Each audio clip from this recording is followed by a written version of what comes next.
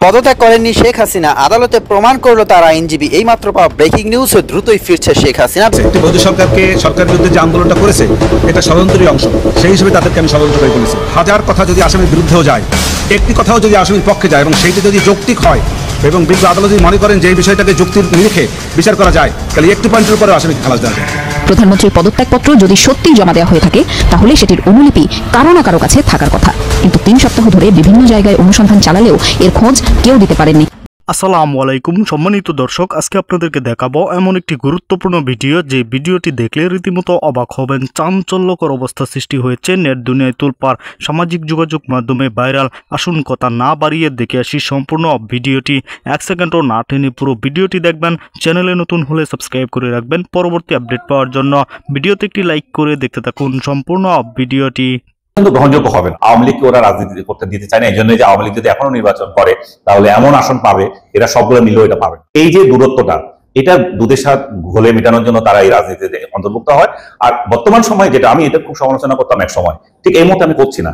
কারণ যে মুহূর্তে আপনি দেশের মধ্যে একটা রাজনৈতিক দলকে নিষিদ্ধ করে রাখেন, তার বলার অধিকার কোথাও নাই, তাকে রাস্তায় বের হলে আপনি গ্রেপ্তার করেন, সম্পূর্ণভাবে মানবাধিকার লঙ্ঘন করেন আপনি, তো সেই সময় তো তারা বাইরে আশ্রয় নেবে। শেখ হাসিনা ইন্ডিয়া পালিয়ে গেছে, ইন্ডিয়া পালাবে না তো কোথায় পালাবে? উনি কি পাকিস্তান পালাবে, মায়ানমারে পালাবে? কোনো পালানো তার জায়গা নাই। হয় ইন্ডিয়া যাবে, নয় লন্ডন যাবে, না আমেরিকা যাবে, এই কয়টা দেশেই তো যাওয়ার মতো। তো উনি যেখানে সেফ ফিল করেন সেখানে যাবেন। 71-এ তো আমাদের লোকেরা ইন্ডিয়াতে গিয়েছিল। তো এই জন্যই তার ইন্ডিয়া, এবং ইন্ডিয়াতে বরং তারা রাজনীতি করতে পারছে না, যেটা পশ্চিমা দেশগুলোতে তারা এক ধরনের দোকান খুলে রাজনীতি করছে, যেটা আওয়ামী লীগ আমলে আওয়ামী লীগ করে, বিএনপি আমলে সব আমলের করছে, জাতীয় পার্টি সব রাজনৈতিক দলের শাখা আছে, আপনি দেখতে পাচ্ছেন নিউ ইয়র্কে বা অন্যান্য দেশ রাষ্ট্রগুলোতে যেখানে সুযোগ আছে।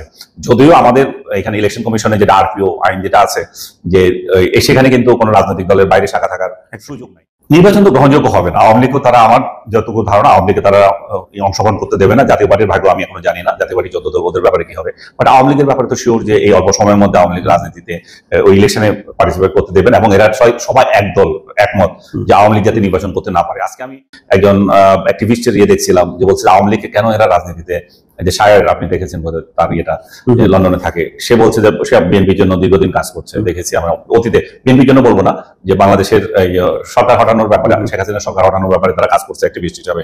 সে আজকে বলছে, দেখলাম একটা খুব আশ্চর্যজনক, আপনি বলতে দেখেছেন যে আওয়ামী লীগকে ওরা রাজনীতি করতে দিতে চায় না, এই জন্য যে আওয়ামী লীগ যদি এখনো নির্বাচন করে তাহলে এমন আসন পাবে এরা সবগুলো মিলেও এটা পাবে।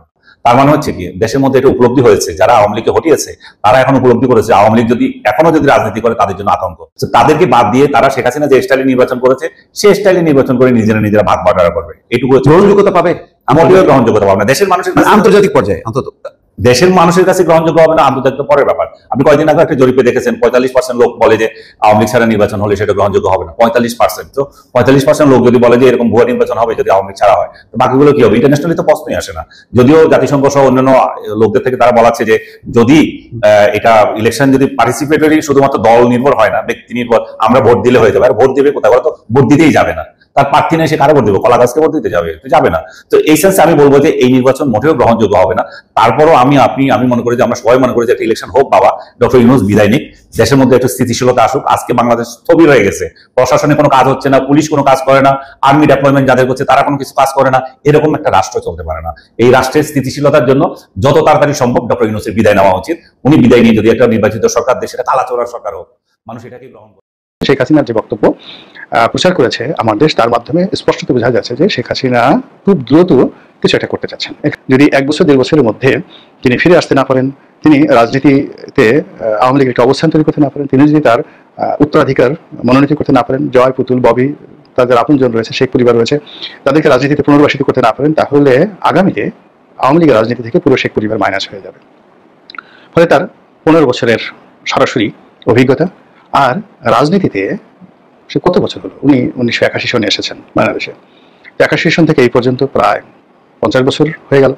সেই 50 বছরে তার যে সুদীর্ঘ অভিজ্ঞতা, 50 না 45, অত হবে না, 45 বা 46 বছরের তার যে অভিজ্ঞতা, সুদীর্ঘ অভিজ্ঞতা, সেই অভিজ্ঞতা এখন তিনি এটিকে অভিঘাতে পরিণত করতে চাচ্ছেন। বিভিন্ন হলো যে তিনি ইতিপূর্বে ভারতে নির্বাসনে ছিলেন বঙ্গবন্ধু হত্যাকাণ্ডের পরে, তখন তার বয়স অল্প ছিল, টাকা ছিল না, অসহায় ছিলেন। তো এখন সরকারের হিসাব অনুযায়ী যদি তিনি 15 লক্ষ কোটি টাকা পাচার করে থাকেন, আর এর মধ্যে যদি তার হাতে এখন ক্যাশ 2-3 কোটি টাকা, 200-300 কোটি টাকা থাকে, দেবপ্রিয় ভট্টাচার্যরা বলছেন যে $238 বিলিয়ন দেশ থেকে পাচার করা হয়েছে। বাংলা অনেকে বলার চেষ্টা করেছেন 15 লক্ষ কোটি টাকা পাচার করা হয়েছে, তার মধ্যে ধরুন বিভিন্ন লোকজন ভাগাভাগি করে নিয়েছে।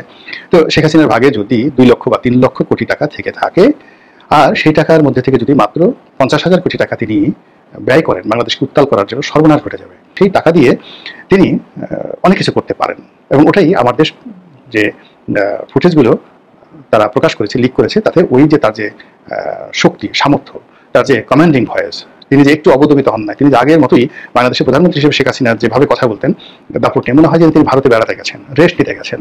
তো রেস্ট নিতে গিয়েছেন, এখন ভারতে গিয়ে তিনি তার নেতা কর্মীদেরকে হুকুম দিচ্ছেন, এবং তিনি এখনো তিনি মনে করছেন যে বাংলাদেশে তিনি বৈধ প্রধানমন্ত্রী, আবার আগামীতেও তিনি প্রধানমন্ত্রী থাকবেন। এই দেশটা তারই, তার বাবাই যুদ্ধ করেছেন।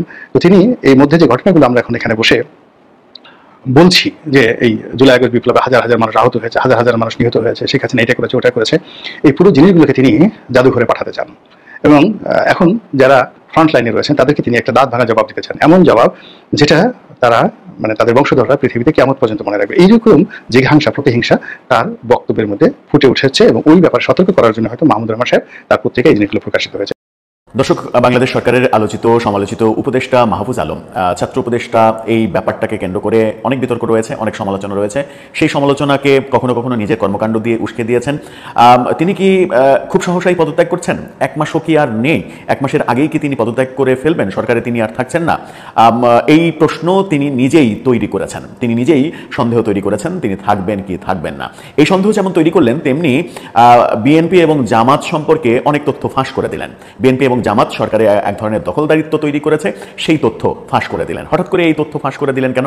তাহলে কি তার সম্পর্কে যে আলোচনা বিভিন্ন দিকে শুনছিলাম, বিভিন্ন জন আলোচনা করছিলেন যে লন্ডন মিশনে তার একটা বিশেষ উদ্দেশ্য রয়েছে, তারেক রহমানের সঙ্গে এক ধরনের রাজনৈতিক সেটেলমেন্টের ব্যাপার রয়েছে, সেই মিশনটা কি ব্যর্থ হয়েছে? ব্যর্থ হয়েছে বলেই বিএনপি সম্পর্কে বেশ বাজে তথ্য ফাঁস করে দিলেন। যে তথ্য ফাঁস করলেন সেটা কি সত্য, নাকি তিনি ফেসবুকে স্ট্যাটাস দিয়ে পরক্ষণেই যেভাবে সেটা ডিলিট করে দেন, মুছে দেন কিংবা এডিট করেন, সেরকমভাবে তার এই বক্তব্যও এবার এডিট করবেন কিনা, কিংবা বলবেন যে আমি ভুল বক্তব্য দিয়েছি, সেটাও একটা গুরুত্বপূর্ণ প্রশ্ন। কি বললেন মাহফুজ আলম? খুবই গুরুত্বপূর্ণ 2টি টপিকসে তিনি কথা বলেছেন আজকে।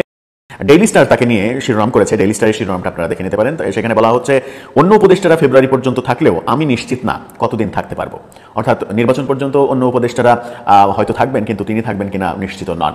এটা যে নিশ্চিত না সেটা তো আমরা অনেক আগে থেকেই জানি, কারণ নির্বাচনের তফসিলের আগে 2 ছাত্র উপদেষ্টা যে পদত্যাগ করবেন, থাকবেন না, এটা অনেক আগে থেকেই জানি। এটা যদি না করেন তারা, তাহলে অনেক দলই নির্বাচনে যেতে রাজি হবে না। তারা মনে করবে যে সরকারের থেকে রাজনৈতিক দল, একাধিক রাজনৈতিক দলের জন্য তারা সুবিধাজনক কর্মকাণ্ড করতে পারেন নির্বাচনে। প্রিয় দর্শক, সম্পূর্ণ ভিডিওটি দেখলেন, অবশ্যই বুঝতে পেরেছেন ভিডিওটি গুরুত্বপূর্ণ ছিল। দর্শক, এই ভিডিওতে যে তথ্যগুলো আপনারা পেয়েছেন এ বিষয়ে আপনাদের মূল্যবান মতামত অবশ্যই কমেন্টে জানাবেন, এবং পরবর্তী আপডেট ভিডিওগুলো সবার আগে পেতে চ্যানেলটিকে এখনই সাবস্ক্রাইব করে রাখুন। এই মুহূর্তে বিদায় নিচ্ছি, দেখা হবে পরবর্তী কোনো ভিডিওতে। সে পর্যন্ত ভালো থাকবেন, সুস্থ থাকবেন। আসসালামু আলাইকুম।